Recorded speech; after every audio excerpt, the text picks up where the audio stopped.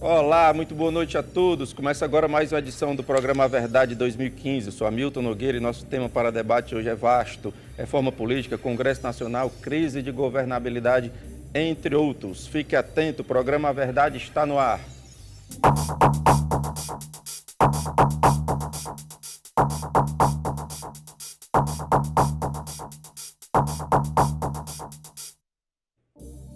Olá, estamos no ar com o programa A Verdade de hoje, conversando sobre crise de governabilidade, sobre a ruptura entre o presidente da Câmara dos Deputados e a presidente Dilma Rousseff, reforma política, entre outros assuntos que vão surgindo ao longo do programa. Você participa por meio do telefone 3486-1721, pelo Twitter Hamilton Nog ou pelo Facebook no perfil Hamilton Nogueira. Participe, o assunto é do seu interesse, sim. Além de você que participa de casa, aqui conosco no estúdio estão Célio Studart. O Célio é advogado e presidente do Instituto Politizar. Conosco também o advogado estudioso do direito eleitoral, Djalma Pinto. Conosco também Herbert Lobo, ele é pós-graduado em administração pública municipal. E Alexandre Damasceno, você já o conhece, doutor em economia e gestor público. Lembrando que você assiste ao programa Verdade nesta terça-feira ao vivo. E às sextas e aos domingos, sempre a partir das 23 horas, você vai estar conferindo as nossas reprises. Senhores, muito boa noite, imenso prazer receber todos vocês, veteranos de A Verdade. Célio, a gente tem uma reforma política que o presidente da Câmara, Eduardo Cunha, personagem mais do que conhecido agora do Brasil, ainda mais, né, classificou como uma pequena revolução. Eu queria que você explicasse essa pequena revolução, pelo menos dois pontos importantes aí na Câmara. O mandato era de 5 anos, saiu do texto, volta a ser 4. E como é que está a questão de financiamento de campanha? Pronto. Boa noite. Boa noite, Hamilton. Boa noite aos telespectadores. É importante lembrar, distinguir reforma política de mini-reforma eleitoral. Né? O que eles estão votando, boa parte, são mudanças pequenas que afetam as eleições, mas não afetam a política como um todo. Né? Já para 2016? Provavelmente já para 2016, mas está sendo votado na Câmara, o Senado paralelamente também vota alguns pontos. Sim. E não sabemos ainda como é que vai ser o desfecho disso. Então, recentemente eles votaram na Câmara a redução do período eleitoral, de 90 dias para 45 dias. É o período de campanha. O período de campanha, sim, exatamente. Votaram também a redução do tempo de TV, né, que os partidos teriam. Sim. Votaram um novo teto para os gastos de campanha, que fica associado, fica relacionado com a campanha feita, a última campanha feita para aquele modelo. Né? Em teoria, então, diminui o gasto, é isso? Em teoria, cria-se um teto novo. Pegaria a campanha mais cara para deputado federal, por exemplo, e só poderiam gastar até 70% do valor que foi essa campanha. Aquele candidato que gastou mais dinheiro, os outros só vão poder gastar, inclusive ele, 70% desse valor. Na eleição seguinte. Na eleição seguinte. Né? Então, são ideias novas que estão surgindo. Não acredito que seja nenhuma revolução. Sim. Aí é um pouco de ousadia do presidente da Câmara utilizar esse termo. E, na realidade, ninguém nem sabe se algo disso vai realmente se concretizar, mas não é bom deixar claro que entra por uma casa legislativa, vai a outra, se houver modificação, volta. Nós estamos falando de algo que está tramitando e não que está 100% aprovado e já em processo de efetivação. Djalma, muito boa noite, prazer recebê-lo novamente. Alguma dessas mudanças que entraram pelo Senado ou pela Câmara lhe traz assim uma esperança, digamos assim, de mudança? Alguma mudança mais impactante? Olha, um ponto que foi aprovado é a proibição de empresas que estão com contrato com o poder público fazer doação para partido político. Ou seja, eu tenho um contrato com o governo federal, eu não posso doar nada. Doar na eleição para presidente. Se tiver com o governo do estado, não pode fazer doação para a eleição estadual. Porque é aí que está o cerne da corrupção. O governante que vai precisar de doações, aí ele vai coagir aquele contratado, se não pagar tanto, se não fizer a doação, não vai receber. O que me impede de conseguir um laranja? Aí, porque realmente nós A gente temos... sabe que a nossa criatividade nacional é grande. Né? Esse é o problema, que o Brasil não vai resolver as suas angústias, os seus dramas com legislação. Isso precisa ficar bem claro. Você pode trazer os maiores legisladores do mundo para elaborar uma legislação sobre reforma política no Brasil, não vai dar certo, porque nós temos que mudar a cultura da população, a cultura daqueles que vão exercer o poder, para todo mundo compreender que o mandato é um instrumento para servir à sociedade. Nós precisamos cultivar a ideia do espírito público, da cidadania, de pensar no bem comum. Então, qual é o problema que nós temos? Pode mudar, fazer a alteração que fizer. Os parlamentares que virão dificilmente não serão piores do que esses da atual legislatura. Por quê? Porque se percebe que o compromisso é apenas com seu interesse pessoal. O cara vai para atuar em qualquer função do Estado para extrair proveito pessoal. E isso não pode dar certo. Então, esses escândalos sucessivos, eles refletem essa falta de educação para exercer o poder. Herbert, você ficou impressionado ou esperançoso com alguma dessas mudanças que entrou pelo Senado ou pela Câmara? Alguma em particular que você queira citar? Eu espero a reforma política. Estou plenamente de acordo com o que o Célio falou. O que nós temos é um arremedo de reforma eleitoral. E isso é absolutamente pouco e ineficiente o que está sendo apresentado pelo Senado e pela Câmara Federal. Eu gosto do que foi aprovado na Câmara em relação ao fim da reeleição e não vejo afora isso nada de muita substância fora esse ponto especificamente. Com relação à questão do limite de gastos, me parece algo adequado, mas nós devemos levar em consideração, amigos, que tem algo fundamental, que é a questão da fiscalização.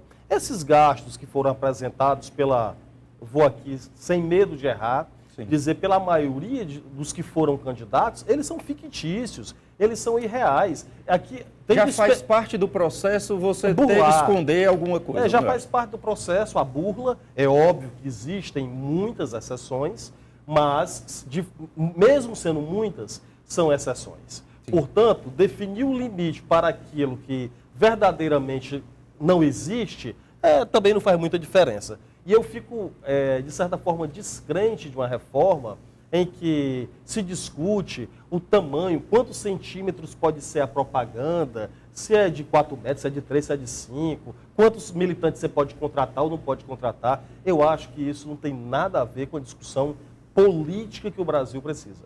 Alexandre, concorda aí? Algum ponto lhe chama a atenção? Enfim, qual a sua análise pelo menos de algum desses pontos que foram que estão nas casas legislativas? Boa noite, Hamilton. Boa noite a todos que nos acompanham pela TV União. Lamentavelmente, os pontos que, no meu entendimento, teriam maior reflexo e um reflexo mais positivo nas eleições não foi adiante na Câmara e também não irá no Senado. Como, por exemplo, a questão da proibição total do financiamento privado de campanhas e a introdução exclusiva do financiamento público. Sim. Que é um tema polêmico, que a população muitas vezes se queixa de que já pagamos muita conta de política e vamos pagar mais as campanhas, mas na verdade é preciso que o cidadão que está em casa perceba que o Brasil e o povo brasileiro já paga essa conta por meio principalmente da corrupção que está sendo explicitada de maneira absurda agora nos últimos meses. Nada melhor do que a clareza, né? do que a lei que permita ou que proíba, mas que seja claro, porque hoje em dia há uma mentira social. O Caixa 2 de forma arraigada essa cultura. Veja bem, a questão do financiamento público de campanha efetivamente não resolveria a questão se não houver, junto com esse financiamento exclusivo público de campanha, um aparato de controle do que está sendo produzido e contratado nas campanhas. Para ilustrar, hoje, se você tiver um financiamento público ou privado que exige uma prestação de contas, um candidato pode tranquilamente dizer que fez 1.000 cartazes e fazer 5.000, porque não vão sair contando os cartazes na rua para saber se ele fez 1.000 ou 5.000. Sim. Com financiamento público de campanha, sem que esse controle seja na boca da gráfica, por exemplo, continuar-se-ia trabalhando com o Caixa 2 para fazer os outros 4.000. Só pegando aqui o gancho do Herbert e Célio, que já tiveram, acho que o Herbert ainda não foi candidato, né? São a favor do financiamento 100% público, ambos? Ou fazem alguma distinção de modelo? Não, eu particularmente não sou a favor do financiamento exclusivamente público. eu defendo o que defende o movimento de combate à corrupção eleitoral, que é inclusive criado pelo doutor juiz Marlon Reis, um dos autores, um dos redatores da lei da ficha limpa, que é você proibir a doação de empresas e colocar um teto para financiamento privado, ou seja, pessoa física continua podendo doar, mas empresa não, de forma alguma. Nós tivemos, por exemplo, aqui no Ceará, nessas últimas eleições, até colégio doando dinheiro para campanhas eleitorais. Isso é, no mínimo, estranho. Então, proibir que empresas que têm um contrato com um órgão público doem é algo bom, mas deviam proibir todas as empresas, porque aí, como você colocou, Hamilton, gera as empresas laranjas, né? Sim. Então, eu acho que deveria haver, sim, a sociedade deve poder participar, deve poder doar, Sim. mas não empresa, porque empresa não vota. A diminuição do tempo de campanha é interessante para o Brasil? Deixa eu só fazer Pois não. um adendo do que colocou o Célio. Eu tenho uma preocupação, eu não tenho muita preocupação com empresas doarem para as campanhas. Sim. Eu tenho preocupação com o formato que é hoje. O que é que eu acho que é pouco adequado, não é? O fato das empresas, Djalma, poderem doar, como tem aí, vai para uma eleição aqui em Fortaleza, as grandes empresas doam para 3, 4, 5, 6 candidatos que têm possibilidade de ganhar a eleição. Quando a empresa, olhando pelo ponto de vista da responsabilidade social, e hoje cada vez mais as empresas são cobradas nesse sentido, olham e dizem o seguinte, olha, o Djalma é candidato a prefeito de Fortaleza e eu acho que ele é a pessoa que tem as melhores condições para transformar para melhor essa cidade. É uma pessoa equilibrada, sensata, um homem reto. Então eu vou aportar recursos porque eu quero que a minha cidade seja melhor e acredito nele e acho que ele é a melhor pessoa para isso. Não vejo problema nenhum nisso. Agora, quando eu quero apostar a ficha em 3, 4, 5 ou 6, para o que ganhar eu ter acesso...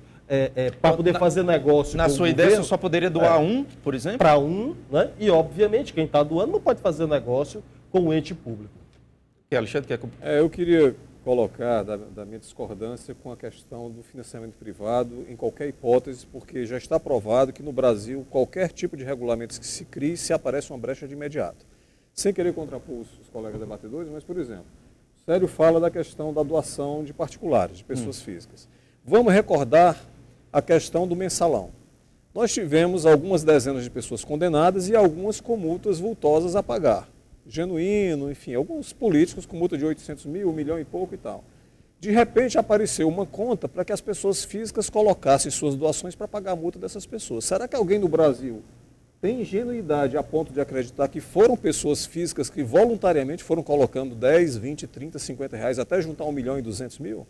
Obviamente não foram. Foram grupos de interesses, ou empresas, ou partidos, ou o que quer que seja, que usaram laranjas, pessoas físicas, para fazer as doações. Sim. Isso é muito simples de se fazer. Muito fácil de burlar. Muito fácil. Só o contra-exemplo também, o que a Herbert falou, quando fala das empresas, só pode doar para um, mas essas empresas têm tentáculos que vão doar para o segundo, para o terceiro, e vai ficar evidente que eles estão apostando. Djalma. O problema o impasse é grande. Por quê? Vamos admitir que o financiamento seja exclusivamente público.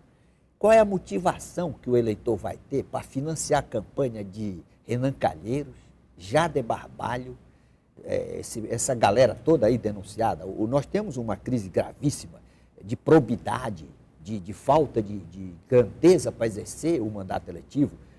Em 2013, nós tínhamos 224 deputados e senadores denunciados pela prática dos mais diversos crimes perante o Supremo Tribunal Federal. De um total de quase 500, pouco mais de 500, 224, Se eu mais somar, 50 agora. Estou falando né, 500 porque eu estou somando Senado e Câmara. Ok? do campo, Senado e Câmara. Então, veja você, financiamento público. E o cara que está denunciado, o cara Aliás, criminoso... quase 600, né? Quase 600, 513 mais 81, né? Então, quase 600. Então veja o drama do eleitor, do cidadão, tirar o dinheiro do tributo dele para financiar a campanha de denunciado perante o... Tá, a questão então agora da diminuição do tempo de campanha. 45 dias, o Célio falou, não é isso? Exato. Isso é bom para o Brasil? Diminui os gastos da campanha ou não? Para o candidato que não é conhecido, é uma tragédia. Vai facilitar quem já está no poder, quem é conhecido. O Herbert concorda com isso? Toda reforma, pelo menos o que a gente tem acompanhado, ela tem um tem um objetivo final de preservar o status quo. Sim. Os deputados, os senadores não vão fazer reforma para dificultar as suas vidas. Para eles. Então, a diminuição do tempo de campanha, na minha avaliação, ela traz uma dificuldade adicional para os candidatos entrantes. Alexandre? E quem tem poder político e poder econômico não faz campanha de 3 meses nem de 45 dias, faz campanha de 1, 2, 3 ou 4 anos. O cara já entra no mandato fazendo a campanha do outro. Isso acontece para legislativos e executivos. Então isso só vai prejudicar a renovação de novos candidatos e o trabalho eleitoral dos pequenos partidos. Célio? Concordo inteiramente com os colegas. Eu acredito que uma campanha genuína, ela precisa de tempo para que as pessoas conheçam aquele candidato, conheçam as propostas dele. Para aquele político, para o candidato que compra voto, aí baixa um dia de campanha, porque ele sai comprando, é até melhor para ele. Quanto menos tempo de campanha, menos ele gasta. Mais ele vai poder comprar voto sem ter aquela liderança comunitária ou sem ter aqueles vendedores de voto chegando novamente pedindo mais dinheiro. Então é extremamente prejudicial para as campanhas decentes e honestas. Concentra o esforço, né, da compra de voto, concentra. Lembrando que que tudo ainda é proposta, tudo ainda está em tramitação e nada disso é 100% aprovado, que tem que passar por 2 casas legislativas. Mudando um pouco aqui de assunto, nós temos 2 minutos para acabar esse bloco. O amigo Kleber Carneiro pergunta: essa rejeição da Dilma se refere à pessoa dela ou será o fim do PT no governo? Ou eu complemento, ou todas as alternativas acima? Todas as alternativas acima. Só esclarecendo ali, se alguém puder falar dos números da pesquisa, 7,7 de bom e ótima avaliação do governo, recém-saída, foi a pior de todas, da redemocratização para cá, o pior, né? É importante ver que avaliando grosseiramente, pensa que ela só perdeu, entre aspas, só 1,2%, mas na verdade é mais significativo. Porque de 9 caiu para 7 alguma coisa, ou seja, foi mais do que 10% do índice de aprovação que deixou de aprovar. Sim. Eu acredito que está muito ligado à tragédia econômica que vive o país, que foi causado por ineficiência administrativa e política, por falhas grosseiras na condução da política macroeconômica e da condução do processo político como um todo, que continuou se negociando o que não deveria ser negociado no Brasil. E hoje a gente está pagando um preço altíssimo, não só na economia, mas as instituições brasileiras, eu acho que grande parte delas estão profundamente abaladas por tudo que está acontecendo. Haja vista essa briga entre o presidente da Câmara e a presidente, que vai derivar outras questões. E fica uma lição também para os futuros candidatos, que quando o candidato vai apresentar o programa para o eleitor, ele não pode enganar, ele não pode mentir, dizer que vai fazer uma coisa e no dia que assumir faz completamente diferente. Senhores, temos que fazer um breve intervalo, 34861721, Twitter Hamilton Nog ou Facebook, perfil Hamilton Nogueira. A gente volta já. Olá, estamos de volta, segundo bloco do programa Verdade de hoje, falando sobre o Congresso Nacional, sobre crise de governabilidade, entre outros assuntos que permeiam o tema. Você participa, 34861721, Twitter Hamilton Nog ou o perfil no Facebook Hamilton Nogueira. Participe com pergunta ou comentário. Bom, além de você que participa de casa, aqui conosco hoje no estúdio estão Célio Studart, o Célio é advogado e presidente do Instituto Politizar. Conosco também o advogado estudioso do direito eleitoral, Djalma Pinto. Conosco Herbert Lobo, ele é pós-graduado em administração pública municipal. E Alexandre Damasceno, doutor em economia e gestor público. Lembrando que você participa, você assiste ao A Verdade na terça-feira ao vivo e às sextas e aos domingos, sempre a partir das 23 horas, você tem a oportunidade de ver as reprises. Bom, nós temos ligação, é isso? Oi? Bom, alô, boa noite. Aqui é Rogério Barbosa da Maraponga. Rogério, prazer falar com você, Rogério. Você tem pergunta ou comentário aqui para os nossos convidados? Primeiro, boa noite para os convidados, para todos os telespectadores, para você. Muito boa noite. Olha, eu tenho um comentário e uma pergunta, pode ser? Fique à vontade. O comentário é o seguinte: o seu Eduardo Cunha foi presidente da Câmara através do PSDB, no grande articulador da eleição dele foi o PSDB. Certo. Então, o PSDB está articulando um grande golpe nesse país, o fascismo, certo? Ok. A minha pergunta é o seguinte: por que a mídia, quando surgiu o Sérgio Guerra, falecido, presidente do PSDB, desviando 2 milhões da Lava Jato, apareceu o dia de propina para o Aécio, lá em Minas, através da Furnas. Tudo isso. E não falam nada sobre a oposição está tramando um golpe tão grande, desmoralizando a Dilma, o Lula, o PT, E o povo algumas pessoas abestadas estão caindo nesse golpe. Ok, Rogério, eu agradeço demais a sua participação, fico muito feliz com a sua ligação. Ligue sempre que puder e quiser. Quem comenta? Deixa eu só fazer Pois não, fique à vontade. um pequeno retoque. Rogério? Rogério. O que o Rogério colocou. Rogério, obrigado pelo comentário, pela pergunta. Só por um dever de justiça dizer que o PSDB ele não articulou a campanha do Eduardo Cunha a presidente da Câmara Federal. Sim. O PSDB, na verdade, fez parte de um bloco de partidos que apoiou para presidente da Câmara o deputado federal por Minas Gerais, do PSB, que é o Júlio Delgado. Então, só esse pequeno, como é que eu poderia dizer, reparo da fala do Rogério. E alguém quer comentar mais? Agora, o seguinte, o que a sociedade brasileira exige é o seguinte: quem desviou dinheiro público, quem foi exercer função e atuou com desvio de finalidade e cometeu crime, deve ser punido. Não interessa se é partido A, B, C ou D. Concordo plenamente. Cometeu crime, tem que ser punido, e tem que ser punido com uma celeridade muito grande. O absurdo que se tem é que um senador tem 5 denúncias por vários crimes, mais de 10 anos. senador, você se refere? Tem o Ralph, aquele senador Ralph. Sim. Ralph, né? Ralph. Sim. Era para a população fazer uma pesquisa no Supremo Tribunal Federal e saber quais são os senadores que estão denunciados. E evitar votar quanto naqueles. tempo está lá essa denúncia, esse processo sem julgamento, quais foram os crimes, não interessa qual partido. E exigir que o Supremo julgue. Porque a aberração, a excrescência é você ter um representante do povo denunciado pela prática de diversos crimes, dando mau exemplo para os jovens. E se reelegendo sucessivamente. Bom, ele falou em Eduardo Cunha e nós temos aí o fato político da semana, foi a ruptura entre Eduardo Cunha, que se diz uma ruptura pessoal. E eu pergunto aqui para o Alexandre Damasceno se o presidente da terceiro na lei sucessória da República tem como fazer essa separação entre a minha ruptura pessoal, mas não em termos de presidência. Isso é possível? Tem como dissociar uma coisa da outra? Complemento da sua pergunta, Milton, já de certa forma.